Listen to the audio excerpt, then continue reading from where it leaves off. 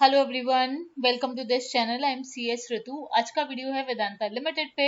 Vedanta limited का share बहुत focus में रहेगा बिकॉज कंपनी की तरफ से कुछ इंपॉर्टेंट अपडेट्स आए हैं।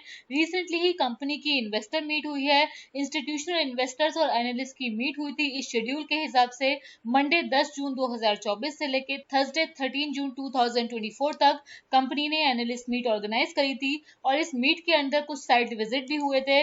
पहला साइट विजिट हुआ था 11 जून को एल्यूमिनियम स्मेल्टर झारसुगुड़ा में। सेकंड साइट विजिट हुई थी 12 जून को SK माइन दरीबा में और थर्ड विजिट हुई थी 13 जून को मंगला प्रोसेसिंग टर्मिनल बाड़मेर में। तो इस इन्वेस्टर मीट से रिलेटेड कुछ इंपॉर्टेंट अपडेट्स आए हैं। पहला अपडेट ये आया है कि कंपनी का टारगेट है कि कंपनी $10 बिलियन का एबिटा अचीव करना चाहती है। इससे रिलेटेड क्या अपडेट आया है, कैसे कंपनी ये एबिटा अचीव करेगी, ये जानेंगे हम आज के इस वीडियो में। इसके अलावा सेकंड अपडेट कंपनी से रिलेटेड ये आया है कि वेदांता की एक wholly owned subsidiary company WCL यानी कि वेस्टर्न क्लस्टर लिमिटेड, जो कि एक की प्लेयर है लाइबेरिया के माइनिंग सेक्टर में, वो इन्वेस्ट करेगी अराउंड $2 बिलियन लाइबेरिया के सोशियो इकोनॉमिक डेवलपमेंट के लिए। सो इस अपडेट के बारे में भी हम आज के इस वीडियो में जानेंगे। इसके अलावा कंपनी के डेट पर भी कुछ अपडेट आया है, इसके बारे में भी हम आज के इस वीडियो में जानेंगे। सो वीडियो को स्टार्ट करते हैं।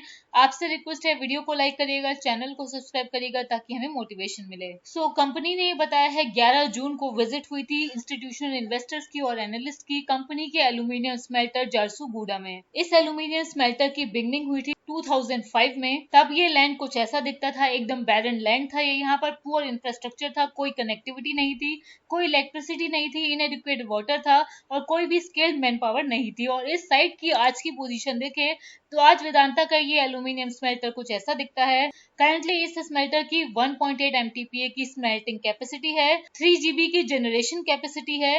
वेदांता का ये स्मेल्टर इंडिया का पहला ग्रीन एल्यूमिनियम प्रोड्यूस करता है। इस स्मेल्टर से उड़ीसा की GDP को अराउंड 4% का कंट्रीब्यूशन होता है और ये स्मेल्टर हाईएस्ट एक्सपोर्टर है कंटेनराइज्ड कार्गो का। सेकेंड विजिट हुई है दरीबा में। वेदांता का ये दरीबा कॉम्प्लेक्स स्टेब्लिश हुआ था 1983 में। बिगनिंग के टाइम पे ये स्मेल्टर कुछ ऐसा दिखता था, पुअर इंफ्रास्ट्रक्चर था, कनेक्टिविटी थी, इलेक्ट्रिसिटी नहीं थी, वाटर नहीं था और स्किल्ड मैन पावर नहीं थे। इस स्मेल्टर में दरीबा स्मेल्टिंग कॉम्प्लेक्स आता है, RD माइन आता है और संदेश्वर खुर्द SK माइन आता है। आज इस स्मेल्टर की पोजीशन देखें तो प्रेजेंटली दरीबा का ये स्मेल्टर कुछ ऐसा दिखता है। 7 मिलियन टन का ओर का प्रोडक्शन होता है एनुअली इस स्मेल्टर में। वर्ल्ड का second largest silver producing mine है ये स्मेल्टर। वर्ल्ड की मोस्ट एडवांस्ड माइंस में भी आता है।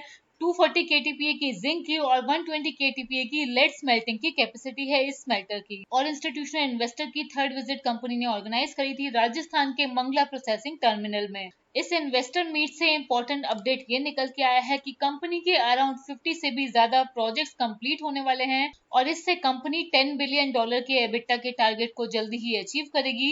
न्यूज रिपोर्ट्स के हिसाब से $10 बिलियन के एबिटा को अचीव करने का रोड मैप डिस्कस हुआ था कंपनी की एनालिस्ट मीट में, जो कि अटेंड की है अराउंड 45 इन्वेस्टर्स ने, फंड मैनेजर ने और एनालिस्ट ने। और इन न्यू इनिशिएटिव के साथ कंपनी $5 बिलियन के फ्री कैश फ्लोस प्रोड्यूस करना चाहती है। अब ये कंपनी कैसे अचीव करेगी, कंपनी का प्रेजेंटेशन क्या कहता है, चलिए जानते हैं। कंपनी ने यहाँ पर बताया है कि कंपनी अपने ग्रोथ प्रोजेक्ट्स की वजह से $10 बिलियन का ईयरली एबिटा डिलीवर करेगी। कंपनी ने इसको अचीव करने के लिए अराउंड $8 बिलियन की इन्वेस्टमेंट करी है। 3 इयर्स इस इन्वेस्टमेंट का पे बैक पीरियड होगा और इन प्रोजेक्ट से incremental yearly EBITDA potential generate होगा 3 से 4 बिलियन डॉलर का। अब ये कंपनी कैसे करेगी, कंपनी अपने एल्यूमिनियम रिफाइनरी की कैपेसिटी को इंक्रीज कर रही है 3.5 से 5 MTPA। बाल्को स्मेल्टर की कैपेसिटी को इंक्रीज कर रही है 0.6 से 1 MTPA। एल्यूमिनियम में वैल्यू एडिशन कर रही है 60% से 90% का। गैंसबर्ग में फेज 2 का वैल्यू एडिशन कर रही है 250 से 500 KTPA का।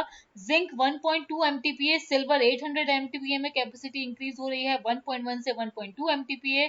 और कंपनी फैकर का भी एक्सपेंशन कर रही है, कैपेसिटी 145 KTPA से इंक्रीज करके 450 KTPA कर रही है। पावर में एथना और मीनाक्षी के थ्रू कंपनी अपनी कैपेसिटी 2.9 से 5 गीगावाट तक कर देगी। इन्हीं इनिशिएटिव्स की वजह से कंपनी का एबिटा पोटेंशियल बढ़ेगा। और कंपनी ने इस प्रेजेंटेशन में ये भी बताया है कि कंपनी को इंडिया की इकोनॉमिक ग्रोथ से भी बहुत बेनिफिट होगा। इंडिया का GDP का टारगेट है 2030 तक $7 ट्रिलियन का और 2030 तक इंडिया, जो कि currently 6th largest consumer market है, 3rd लार्जेस्ट कंज्यूमर मार्केट बन जाएगा। मिनरल की ग्लोबल डिमांड 2022 से 2050 तक इस तरीके से इंक्रीज होगी। सभी मिनरल्स की डिमांड में अच्छा इंक्रीज देखने को मिलेगा। एल्यूमिनियम की डिमांड 4.2 टाइम्स बढ़ेगी और सिल्वर की डिमांड 4.5 टाइम्स बढ़ेगी। इससे भी कंपनी को बहुत बेनिफिट होगा।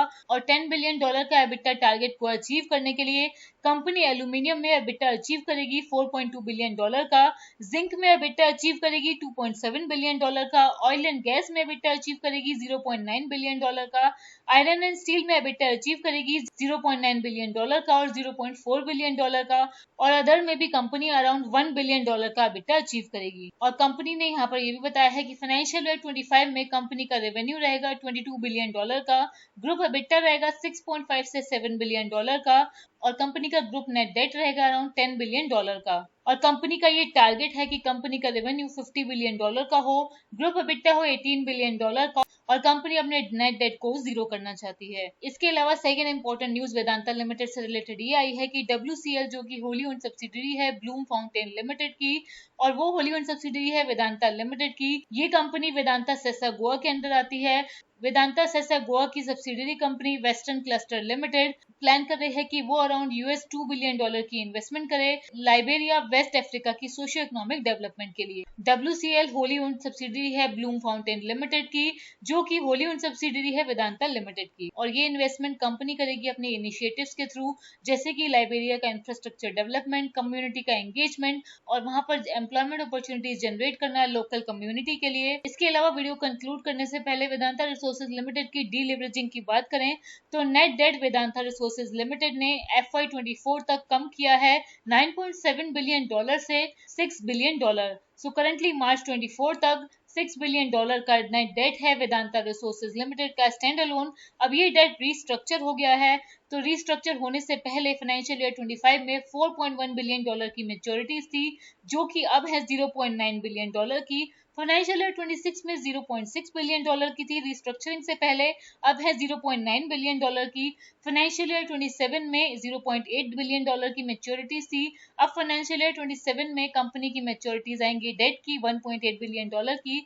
FY28 में $0.2 बिलियन की मेच्योरिटीज थी प्री डेट स्ट्रक्चरिंग, अब मेच्योरिटीज आएंगी FY28 में $0.8 बिलियन की, और FY29 में अब कंपनी की मेच्योरिटीज आएंगी रीस्ट्रक्चरिंग के बाद $1.1 बिलियन की। सो कंपनी का डेट फाइनेंशियल ईयर 29 तक कंपनी ने रीस्ट्रक्चर कर दिया है। मेच्योरिटीज पहले फाइनेंशियल ईयर 25 में ज्यादा आनी थी, वो अब डिवाइड हो गई हैं आने वाले 4 सालों में। सो ये है वेदांता लिमिटेड से रिलेटेड सभी लेटेस्ट अपडेट।